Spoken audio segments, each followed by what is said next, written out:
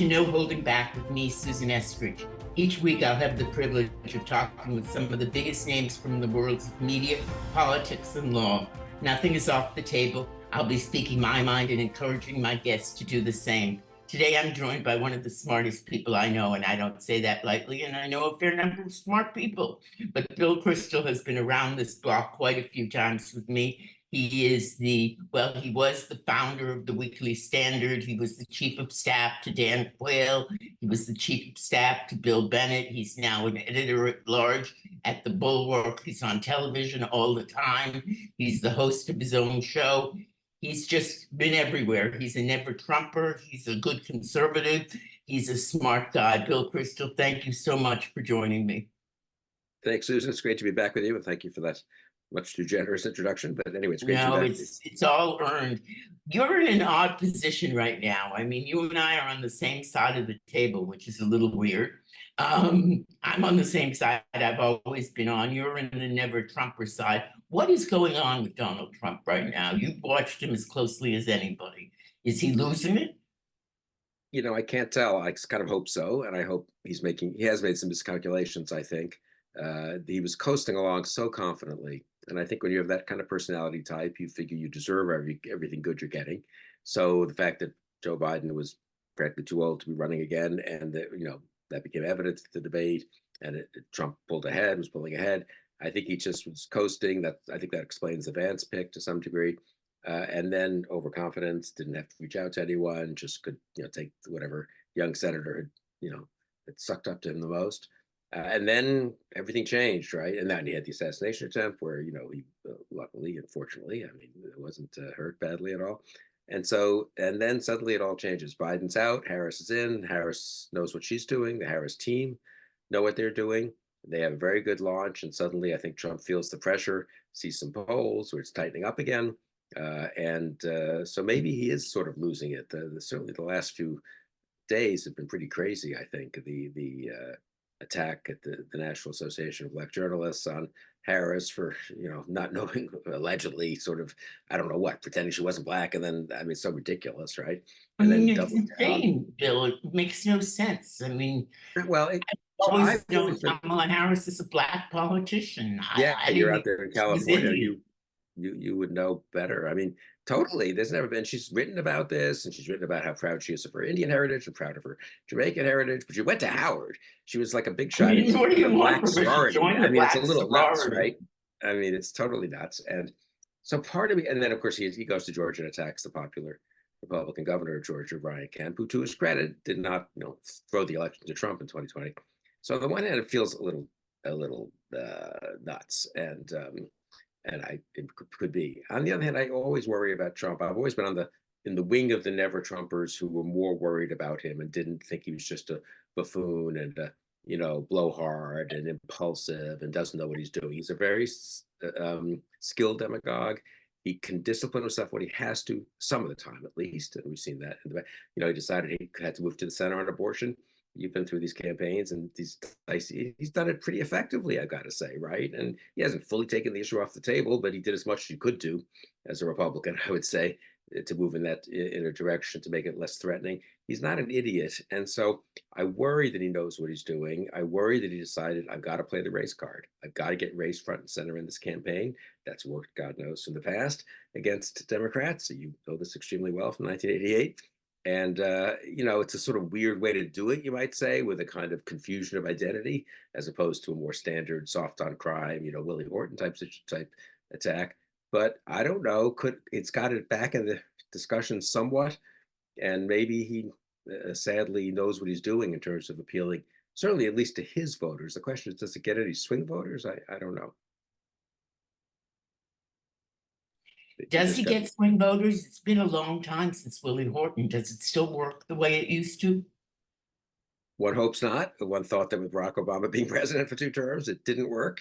But I think we also saw Trump in 2015, 2016 with the, quote, Mexican judge and with the Muslim ban and with the stuff he said in 2020 during the disturbances after in the summer of 2020. There's plenty of Trump is willing to play the race baiting to go around. Yeah, don't you think? And so I don't know what he's thinking. Maybe he thinks this gives him a little bit of a reprieve. It stabilizes the situation, lets him find some other issues to attack Harris on. I don't want to overthink it. I mean, maybe it's just him being him, and he gets annoyed because he was talked by his staff into doing this appearance, which he kind of realized probably was kind of a mistake for him to do it. He gets tough questioning, which is fair and admirable from the journalists. And instead of going kind of nice and, trying to placate them, he does the opposite. I think, don't you think it's also personal with him, though? He does not like he does not like strong women. He does not like strong black women. And, you just don't know how much, and he doesn't like, I think the idea that he's losing or at risk of losing to Kamala Harris must really drive him a little crazy, don't you think? I think it probably does drive him crazy, but I have to say, I've been blown away by how good she is. Yeah. I didn't expect her to come out of the box and be this good. And I like her, and I've always liked her, and I've never quite understood why her ratings were as terrible as they were. But she's come out of the box unbelievably strong. What accounts for that, do you think? I mean, stronger than I expected to, and I was very much for Biden stepping aside, but I wasn't, confident that Harris could do what she's done so far. Now it's only literally 2 weeks, isn't that amazing? We're only two plus weeks in to Biden stepping aside. It seems like it's been 2 months or maybe six Yeah. months. Well, But it was a long 3 weeks. It was pretty painful to watch, crazy. I watching mean, the yeah, leaks that every really day and waiting for it to totally. get worse and worse. And Oh God. No, look, one thing I will say, having been the chief of staff to a vice president, I think it's harder than people realize to help yourself, help your image when you're vice president. You're just number two. Uh, Quite reasonably, the White House takes all the good stuff, if I can put it that way. The president, I mean, he does 90% of the good stuff, so he deserves it. And you get some vague assignments which aren't really real. You can't really override cabinet secretaries, and suddenly the word's out that she's in charge of the border. It's not quite fair, but that's what Republicans were saying, and there she is responsible for something she has no ability to really shape. So I think it's a tough job being vice president. And I always thought that with the liberation of becoming the candidate, she might do much better than people think. I remember saying this, the days before Biden stepped down. We don't know what the upside on Harris is. It could be considerable. It could be not great, honestly. And the big news, I agree, it's very, very important, is she's outperformed so much in these first 2 weeks.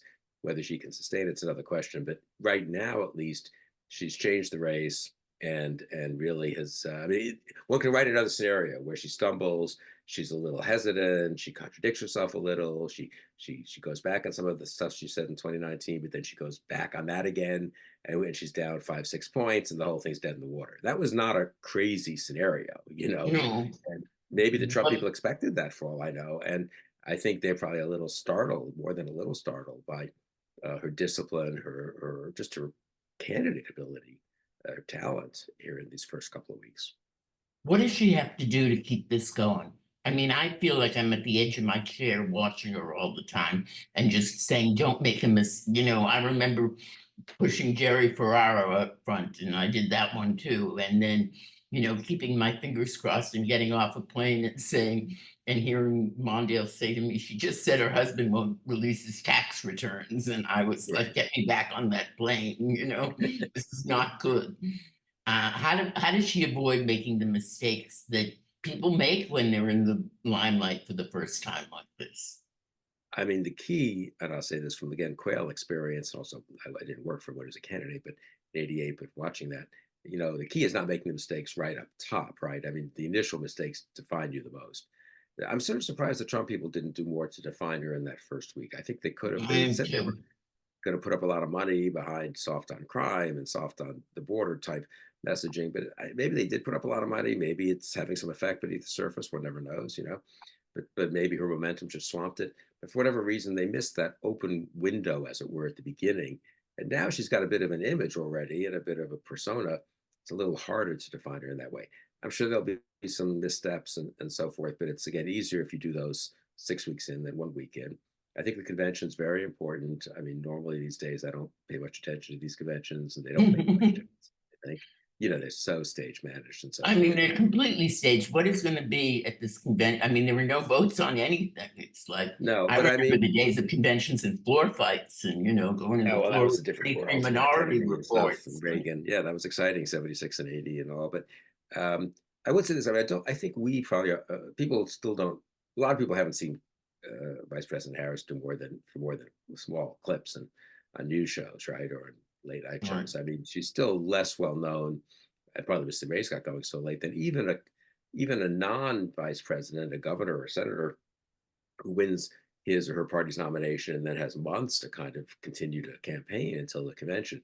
So I think the convention becomes a little more important, and how she does just in her speech and how they surround her with different things is important. The vice presidential speech, obviously, Obama's speech, I assume he'll speak, Biden's speech saying farewell. They're going to have some Republicans speak, I know, which I think is good. So Who are I they think going to have Republicans speak? Who are the Republicans who would speak, do you think? so I mean, I think they announced this Republicans for Harris. I'd say Adam Kinzinger is probably the highest profile Right. youngish Republican in that role. There are plenty of retired people whom I love, and they're not very nice people. It just, it's not quite the same if you have someone who was governor 25 years ago speak. So Kinzinger is a current figure. He was on the J6 committee, so I think that's very important.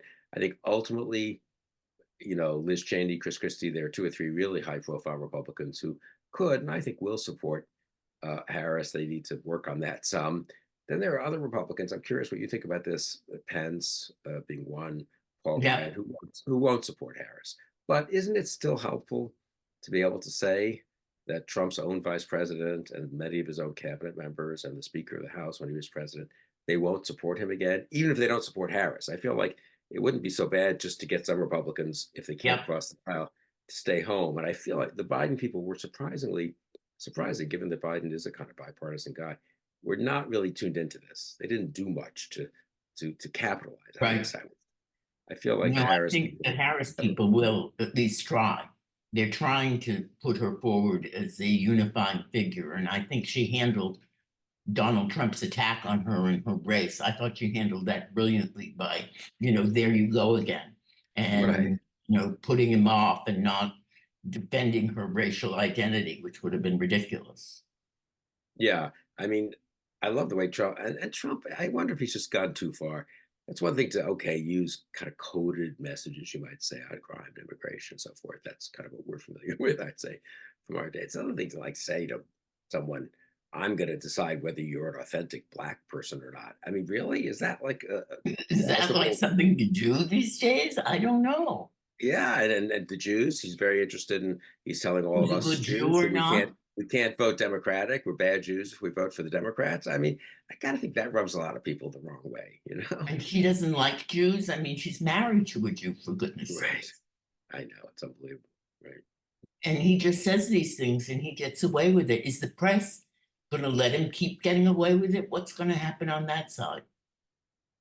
He's been pretty good at manipulating the press and also showing its weaknesses and limitations. To be fair to the press, they don't really control these things, and it's a new world of social media and direct conversation with voters. And he weirdly, for an old guy who's very much an old press kind of guy, he used to obsess about the New York Post, the Right. coverage of him and the gossip pages.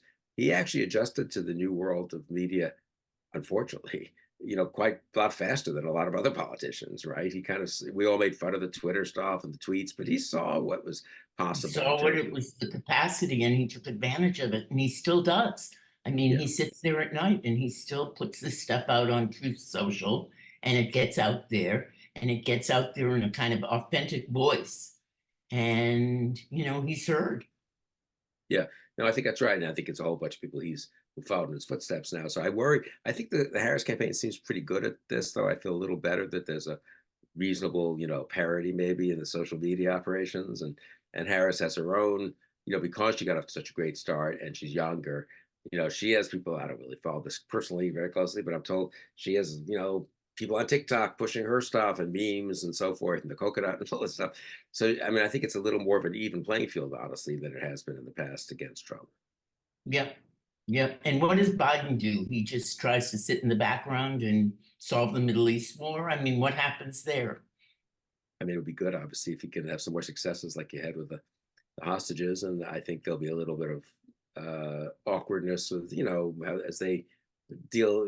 She will join him for some governing things, but mostly leave the governing to Biden, which is fine. He'll speak, I guess, the first night of the convention. My memory, you would remember this, from '88, is Reagan spoke on the first night, gave a nice speech.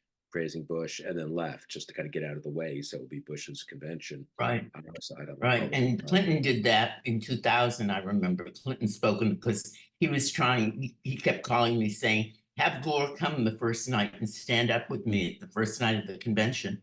And, you know, they'll pick up the camera showing him walk in the room and we'll say, if you want to continue the peace and prosperity of the last 8 years, and then he'll come up on the stage and there'll be thunderous applause. And then, you know, then Gore can leave town and I can get a good night's sleep and not go to some football field the next morning and pass the baton, which is how it did work, in fact. But Was that right? I forgot about it that. was the first night of the convention. And I don't know, will Clinton get a speech this year? I guess he will. I don't know.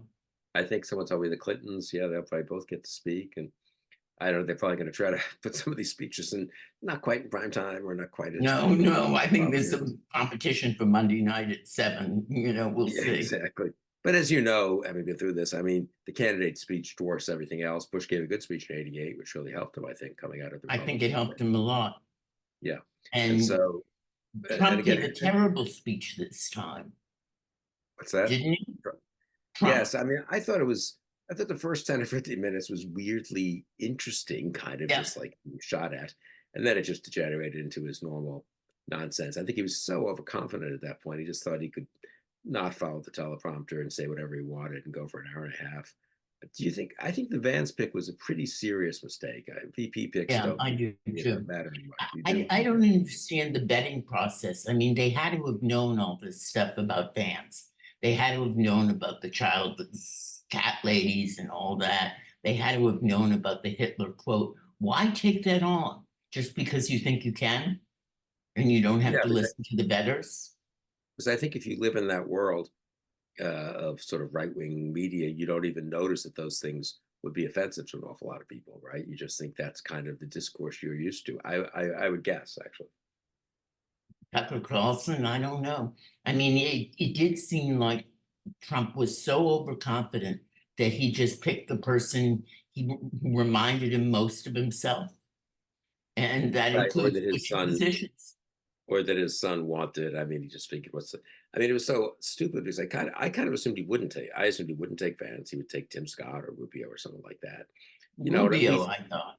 yeah, You I'd know, give at least an excuse to the kind of Wall Street Journal reader type voter yeah. that, you know, I don't like Trump much. He's a little bit blowhard. Says a few things I don't like, but you know, we got Rubio or Tim Scott or whoever there, and they'll kind of help check him, and then he'll make sure that some good cabinet people get in. It'll be like the first term. First term was pretty terrible, in my opinion, but it is true that there were some guardrails, including to Pence at the end.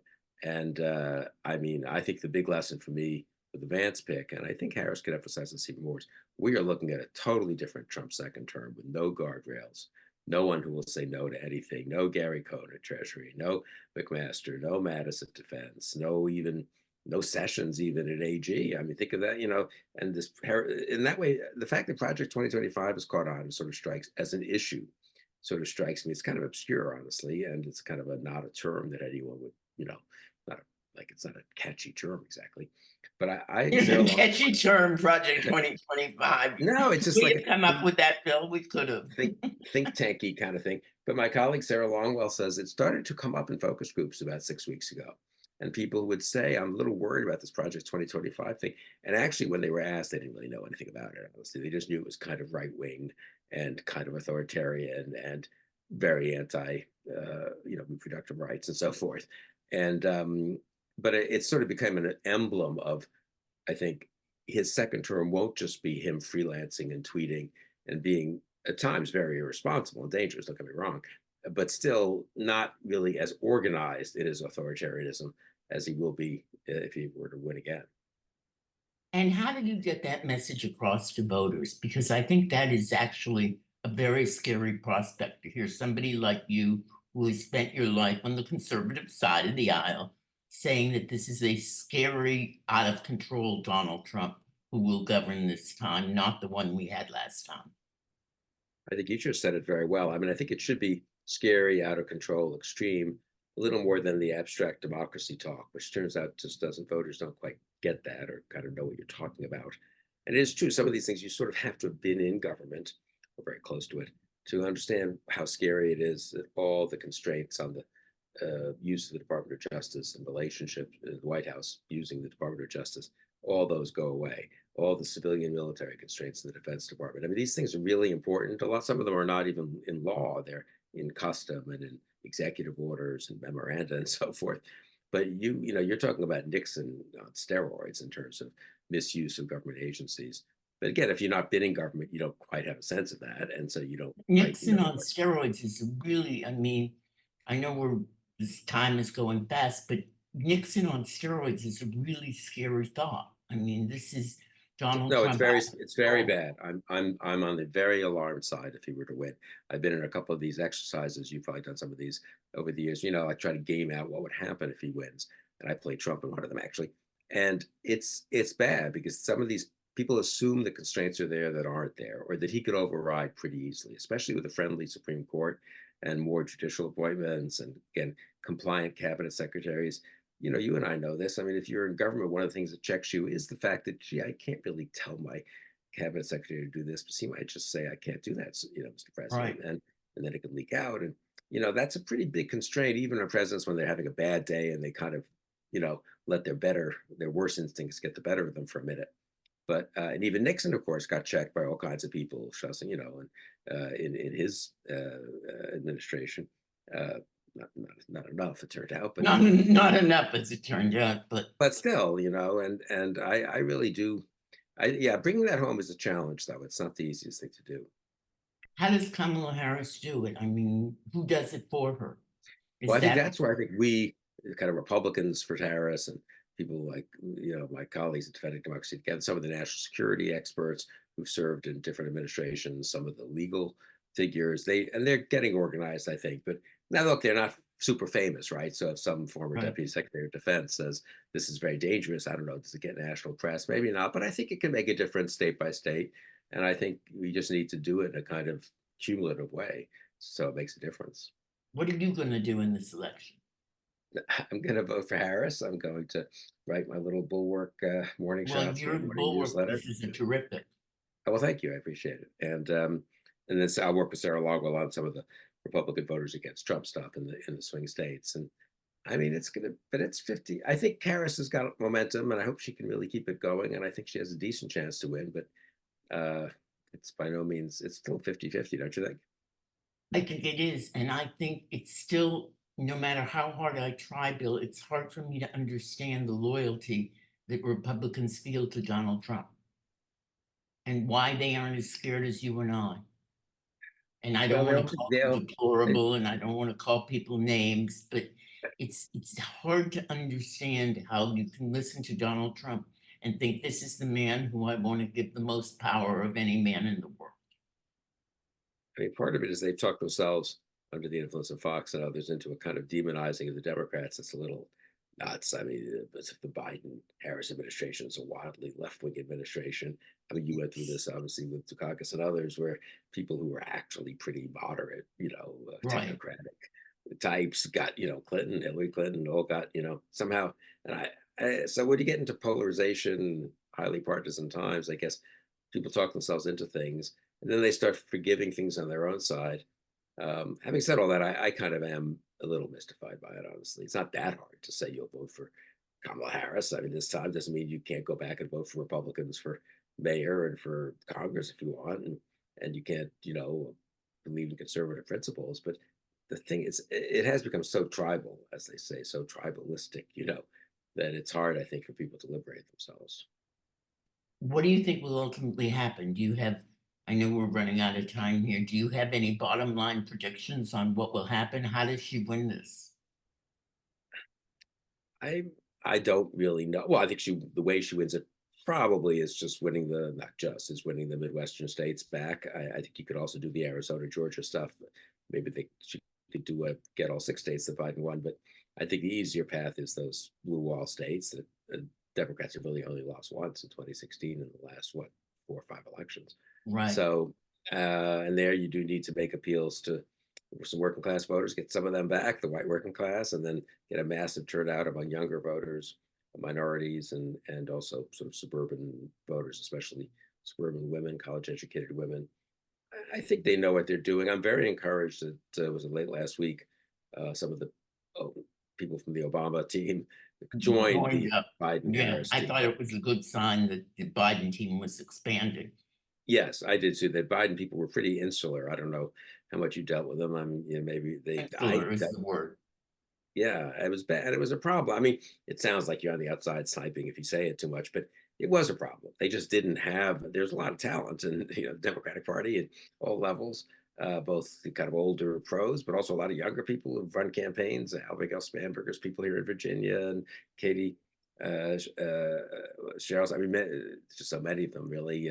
Alyssa Slotkins in Michigan, I get the impression they were just totally disconnected from Biden world. I think Harris is better. Harris world will now be more plugged in to the Democratic Party and to the talent, which means they'll be more alert, more responsive.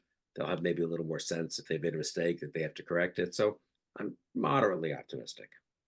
Let me ask you a dumb question that I don't know the answer to. How did it happen that Biden got so old and we didn't know it?